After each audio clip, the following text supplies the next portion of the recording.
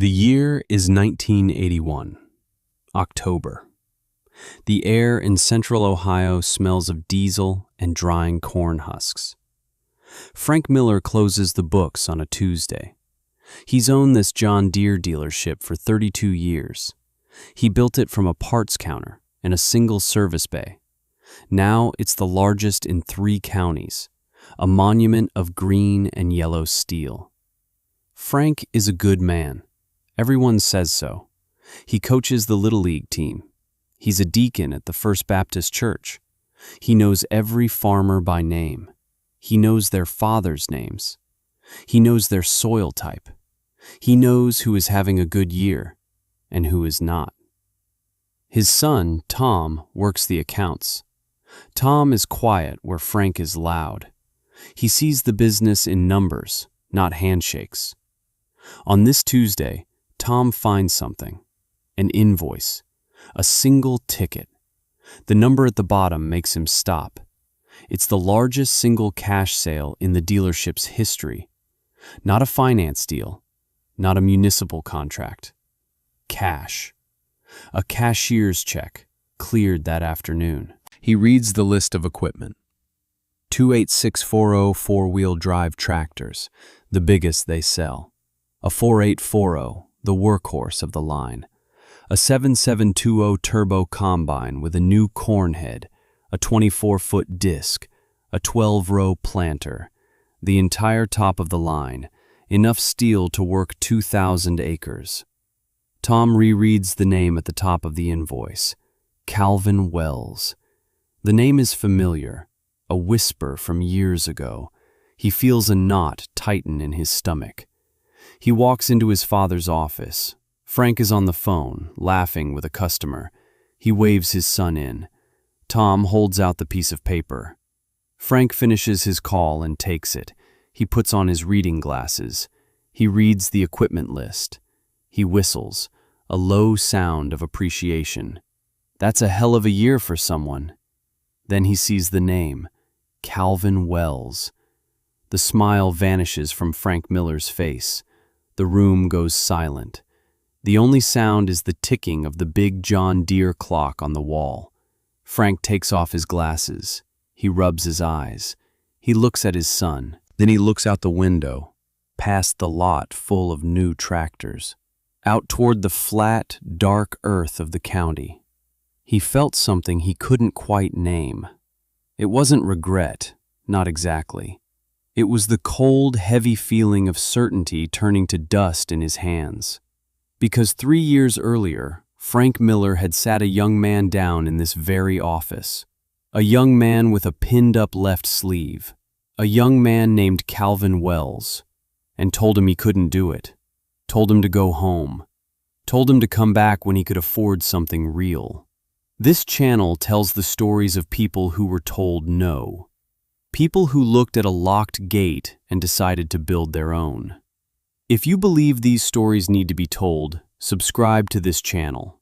Because the story of Calvin Wells is not just about tractors. It's about the quietest, loneliest fight there is. The fight to disprove someone who thinks they are being kind. Let me tell you what happened. It started in 1978. Calvin Wells was 24 years old, but he carried the weight of a much older man. He had lost his left arm 6 years earlier. A post-hole digger accident on a hot July afternoon. A moment of carelessness. A lifetime of consequence. His father, John Wells, was a good farmer, but not a lucky one. He farmed 180 acres of rented ground. The family had owned land once, lost it in the 50s. Bad weather, bad prices, bad luck. John worked the same ground as a tenant that his grandfather had worked as an owner. That kind of history lives in a house. It settles in the walls. John was tired. His hands were swollen with arthritis. His back was a question mark. The farm's main tractor was an Allis Chalmers WD-45, a 1954 model. Reliable, simple, but hopelessly outmatched by the demands of the late 1970s. It was a 2-man tractor for a 1-armed man and his father. Calvin knew they were falling behind. Every year, they got the crops in a little later. Every year, the harvest was a little more frantic. He saw the worry in his father's eyes. He saw the way his mother would flinch when the mail arrived. Calvin made a decision. He had saved for 2 years, working nights at the grain elevator, repairing equipment for neighbors. He had $3,000. It was everything he had. He drove the family's Ford pickup into town, to Miller's John Deere. He walked onto the lot. The scale of the new machines was staggering. Tires taller than he was, cabs full of glass and steel. He wasn't there for them. He was there for a used tractor in the back row. A John Deere 4440. 10 years old, but it was a giant compared to their Alice. 130 horsepower, a sound guard cab, air conditioning, power shift. It was the key to getting ahead, the key to giving his father a rest. The price was $22,000. He knew his $3,000 wasn't enough, not for a down payment, but he had a plan. He would trade in the Alice. He would make his case. He walked into the showroom, the smell of new tires and fresh paint. Frank Miller was standing behind the counter. He smiled when Calvin walked in. "Calvin, good to see you, son. How's your father?" Calvin said his father was fine. He said he was here to talk about the 4440 in the back. Frank's smile tightened just a little. "Let's go to my office." He poured 2 cups of coffee. He sat behind his big oak desk. Calvin sat in the chair opposite. He felt small. He laid out his plan, the $3,000, the trade-in. He explained how the bigger tractor would let them work faster, how they could take on custom work. He spoke for 10 minutes, his voice steady. Frank listened patiently. He didn't interrupt. He just nodded. When Calvin was done, Frank leaned forward. He steepled his hands. "Son, I've known your family a long time. Your grandfather bought his first plow from my father. I respect you. I respect your father. That's a good tractor out there, a lot of power, a lot of machine to handle." Frank paused. He looked pointedly at Calvin's left shoulder, at the empty sleeve neatly pinned. "The hydraulics on that model, they're quick. The PTO engages with a lever on the left side. It takes 2 good hands to run a machine like that safely, Calvin, especially when you're tired, especially when something goes wrong." Calvin felt the heat rise in his face. "I can handle it." Frank shook his head slowly, a sad, fatherly gesture. "I know you think you can, but I can't in good conscience sell it to you. I won't be the man who sells you the tractor that gets you hurt again. It's not just about the money. It's about what's right. The bank would never approve the financing anyway, not with your situation." Calvin stared at him. This wasn't anger. This wasn't contempt. It was something softer, and in some ways, worse. It was certainty. Frank Miller was certain he was doing the right thing. He was protecting the one-armed boy from himself. He stood up. The meeting was over. "I tell you what, you save up. You get yourself in a better position. Come back when you can afford something real, something newer, with better safety features. Then we can talk." Calvin stood up. His coffee was untouched. He didn't say thank you. He didn't argue. He just walked out. The door of the dealership closed behind him. He stood on the gravel lot. He could see the 4440. It looked a million miles away. He had been refused, not by a bank, not by a stranger, by a man who knew his name. A good man, a pillar of the community, and that was the part that hurt the most. Proving someone wrong who thinks they're being kind is the loneliest fight there is. Have you ever been told you couldn't do something? Not out of malice, but by someone who genuinely believed they were protecting you. Someone who had your best interests at heart. How do you fight that? You can't use anger. You can't use reason. Their certainty is a wall. Drop a comment and tell us about it, because what Calvin Wells did next wasn't about anger. It was about work. Decades of work compressed into a single winter. He drove home. He didn't say a word. The silence in the truck was heavy. He pulled into the farmyard. His father was waiting on the porch. John Wells could read his son's face like a weather report. He didn't have to ask what happened. He just waited. Calvin got out of the truck. He walked over to the porch steps and sat down. He told his father everything. The coffee, the office, Frank's kind, reasonable voice, the part about his arm, the part about coming back when he could afford something real. When he was finished, the sun was setting. The sky was orange and purple. John Wells didn't say anything for a long time. He looked out at the fields, the tired, worn-out land they didn't even own. He looked at their old Alice Chalmers tractor. Its orange paint faded to the color of a creamsicle. Finally, he spoke. His voice was quiet, raspy from years of dust. They took your arm. They won't take your work. He looked at Calvin. His eyes were clear. They took everything from my father except the dirt. The dirt is enough. That was all he said. It was enough. That night, something shifted in Calvin Wells. The humiliation in the dealership cooled. It hardened into something else. Resolve. He wasn't going to ask for permission ever again. He wasn't going to ask for a loan. He wasn't going to ask for anyone's belief. He was going to build it himself. The next morning, he backed the WD-45 into the barn. The barn was his sanctuary, a cathedral of old wood and iron. He pulled the service manuals.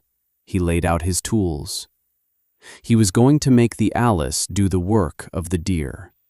He was going to make it a one-handed machine.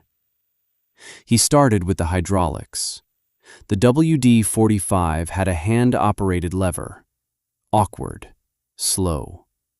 He spent a week fabricating a new system. He ran lines to a foot pedal salvaged from an old combine. Now he could raise and lower the plow with his right foot. His hands were free for steering. Next was the clutch, a heavy, spring-loaded pedal that required constant pressure, impossible to manage while also working the new hydraulic pedal. He designed a locking mechanism, a simple steel pin on a hinge. He could engage the clutch, then flip the lock with his heel. It held the clutch down, freeing up his foot. It was clever. It was dangerous. It was necessary. The biggest problem was steering. Making tight turns at the end of a row required two hands, one to spin the wheel, one to work the independent brakes. This was the puzzle that kept him up at night, the one Frank Miller was so sure he couldn't solve. He found the answer in a junkyard, the steering column from a wrecked 1960s school bus. It had a spinner knob built into the wheel. He spent a month adapting it, welding, grinding. He mounted the brake levers side by side. He fabricated a handle that connected them. He could now pull both with his one right hand, or, by sliding his hand, engage just one. The final piece was the master stroke, a self-centering steering lock. He built it from a hydraulic cylinder and a spring-loaded catch. At the end of a row, he could hit a lever with his elbow.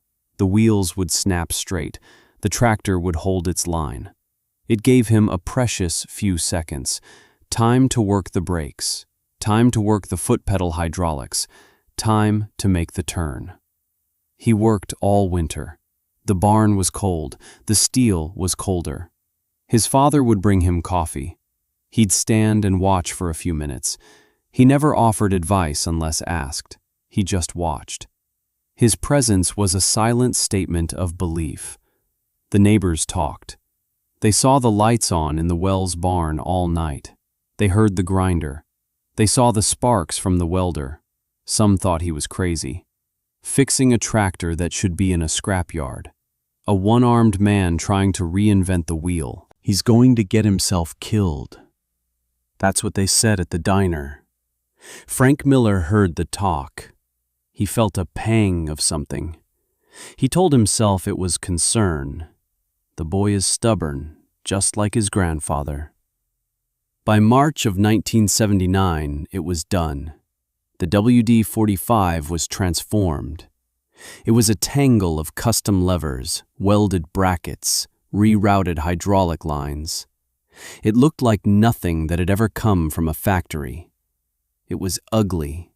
It was brilliant. It was his. Calvin drove it out of the barn.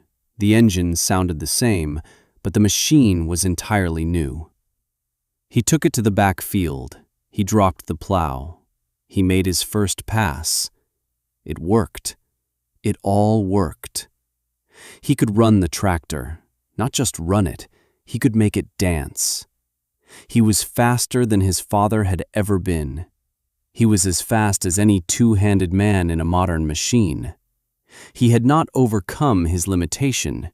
He had redefined the machine to match his body. He had refused to be a customer. He had become an inventor. The dirt is enough. He plowed until the sun went down. He didn't stop, not for a moment. That spring, the Wells farm was different. Calvin plowed, planted, and cultivated their 180 acres in record time. The old Alice, with its new heart of levers and pedals, ran from dawn until dusk. His father, for the first time in years, was not exhausted by planting season. He fixed fences.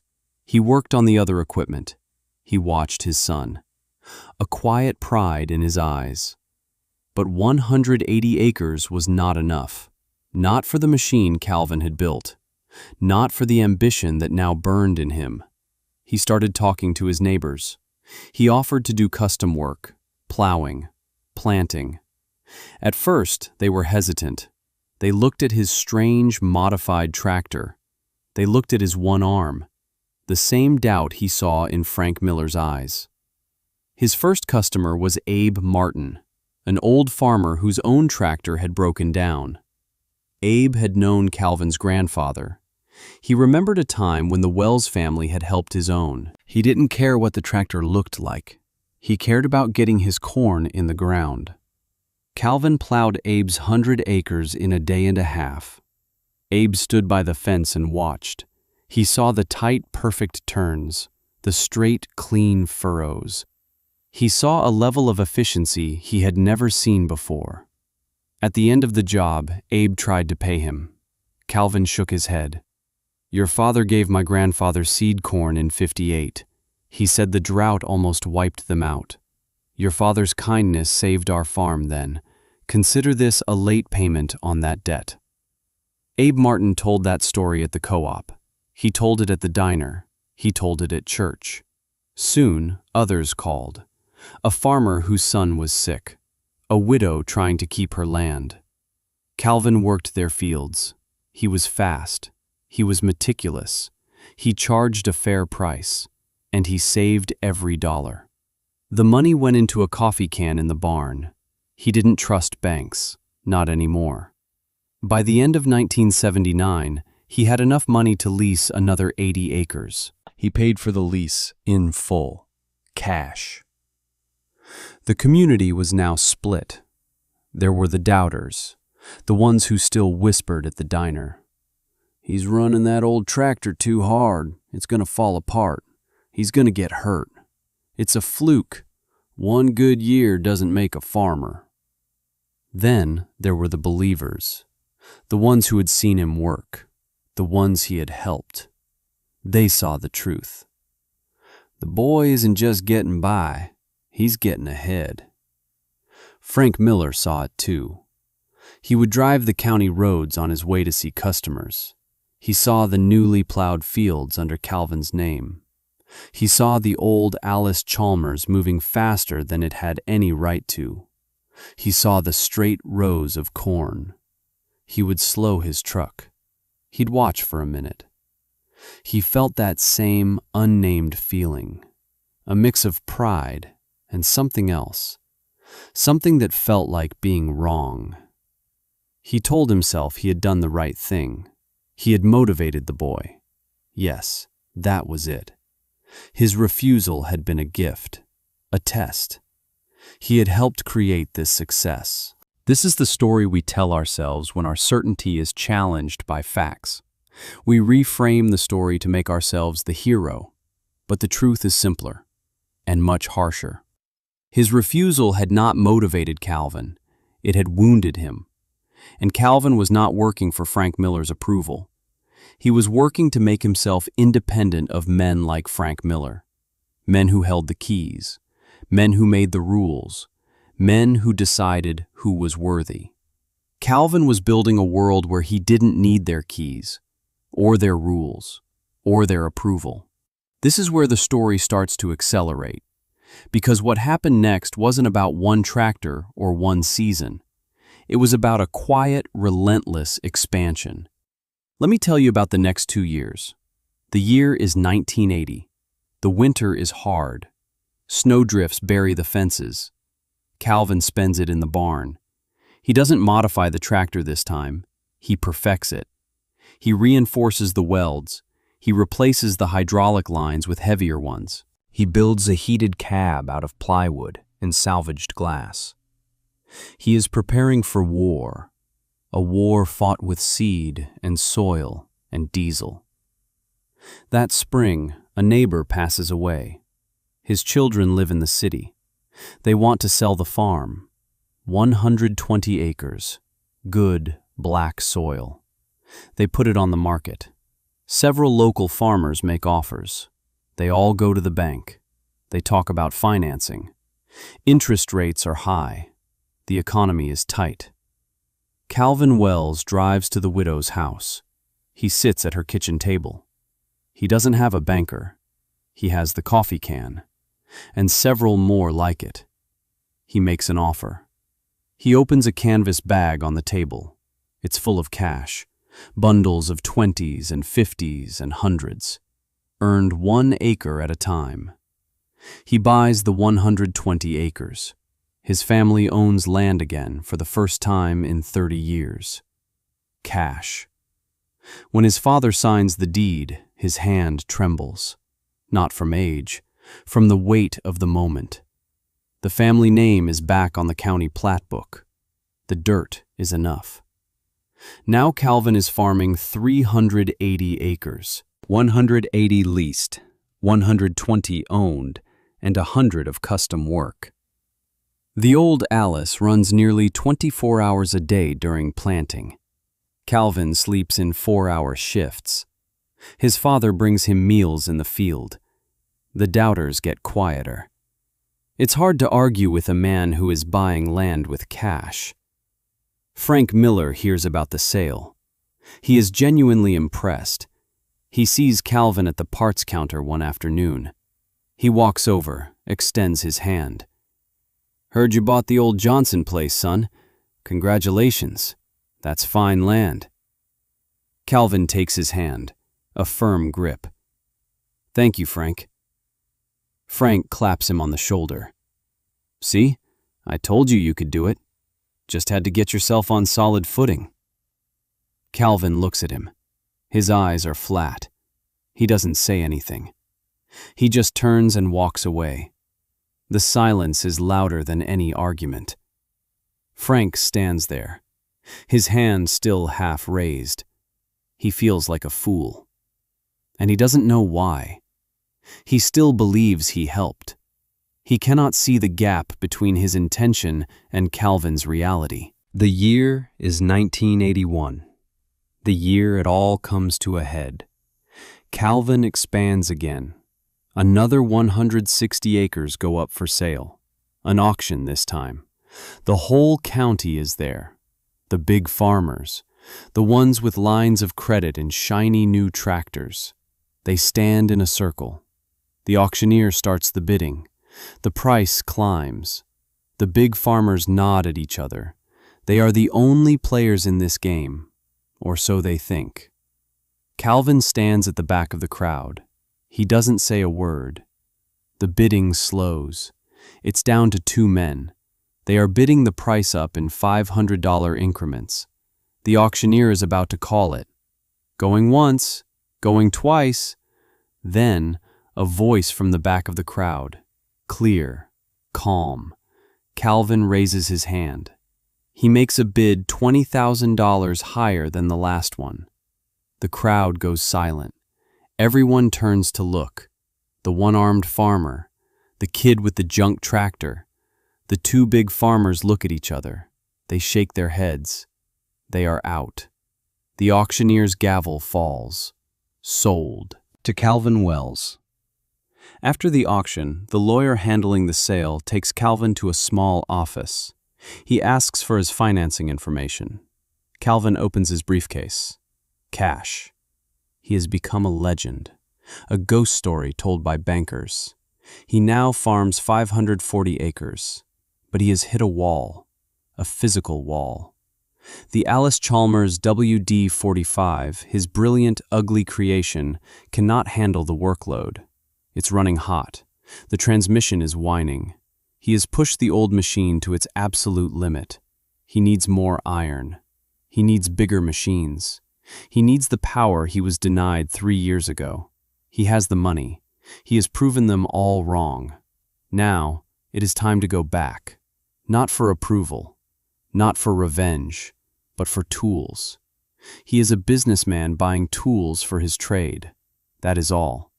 But it feels like more. It is that Tuesday in October, 1981. Calvin Wells walks back into Miller's John Deere. The showroom is brighter than he remembers. The tractors are bigger. Frank Miller is standing behind the counter, just like before. He sees Calvin. His face is a mixture of surprise and something else. Respect. Calvin, good to see you. His voice is different this time. No fatherly condescension, just the sound of a businessman greeting a customer. A serious customer. What can I do for you? Calvin doesn't smile. He doesn't gloat. His face is impassive. He pulls a folded piece of paper from his shirt pocket. He unfolds it on the counter. It is a list, written in neat block letters.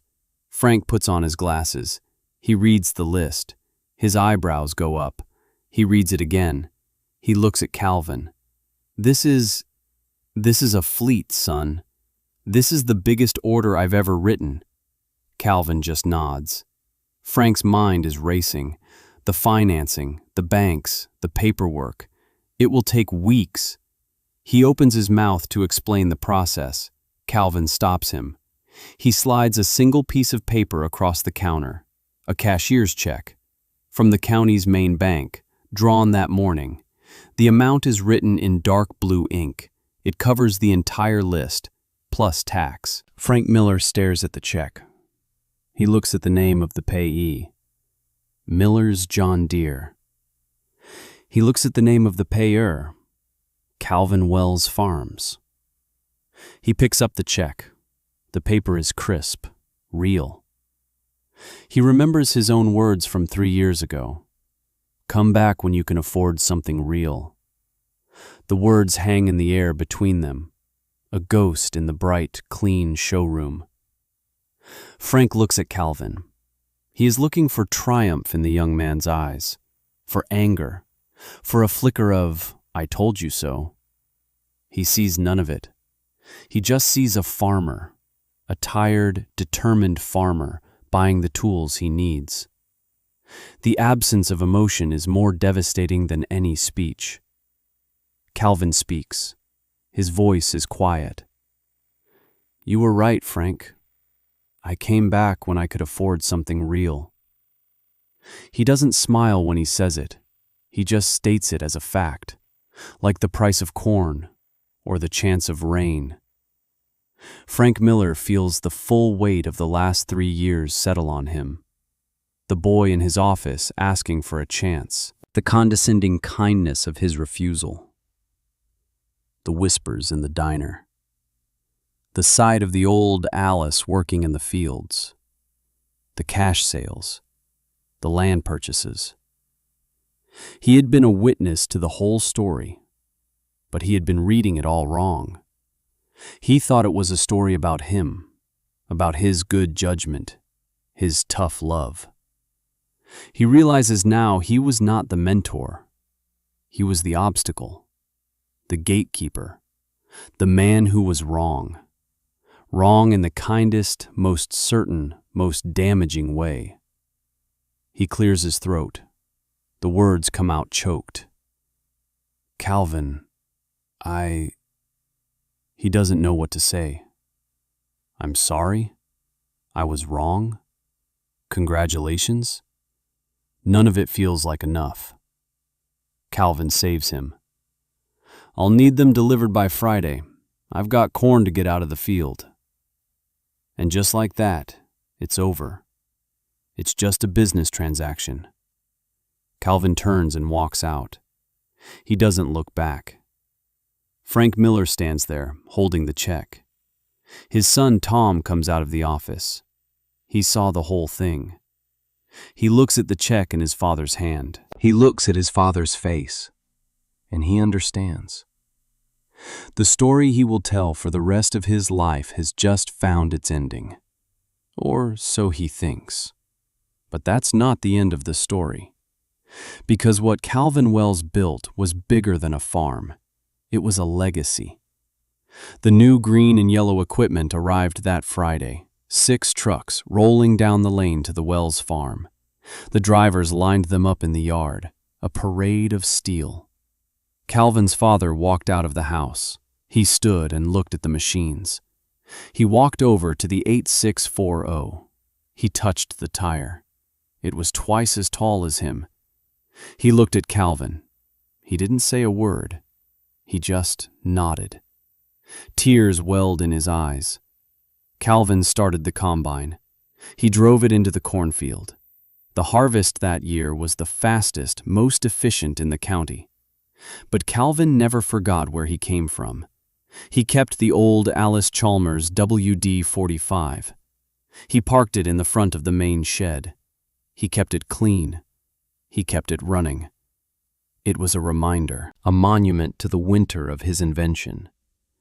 He never borrowed money again, not for land, not for equipment, not for anything.